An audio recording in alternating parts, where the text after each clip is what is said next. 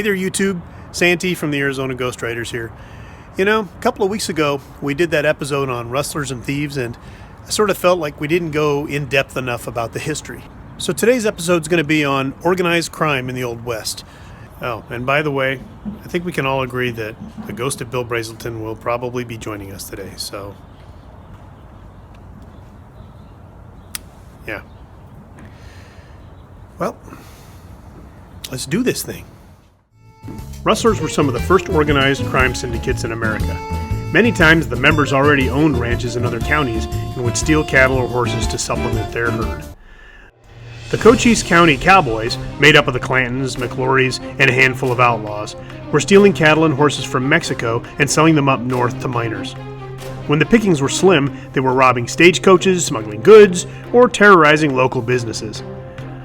The head of this outlaw clan was Newman Haynes Clanton, otherwise known as Old Man Clanton.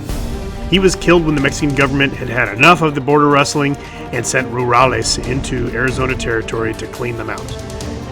After Clanton's death, men like Curly Bill Brocious and Johnny Ringo took over where they left off.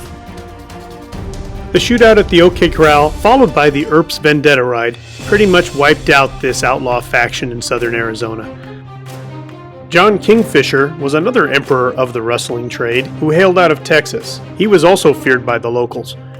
It is said that on the road that led to his ranch, he posted a sign reading, "This is Kingfisher's road, take the other one." Later on, he opened a legitimate toilet repair business in San Antonio named King Flusher. Nah, just kidding. He was shot to death in a theater. Come on. Men like these were hard to catch since they were always on the move. More so, they hid their cattle in areas well protected by the rest of their gang, so lawmen were concerned they could be walking into a trap if they were pursued, and frequently, they did walk into an ambush. Such was the case with the Lee brothers and their gang on the Oklahoma-Texas border in 1885. They had a hideout cabin with rifle ports cut into it that they retreated to when stealing cattle. Now, when a posse went to arrest them for their rustling, the gang just shot them to ribbons.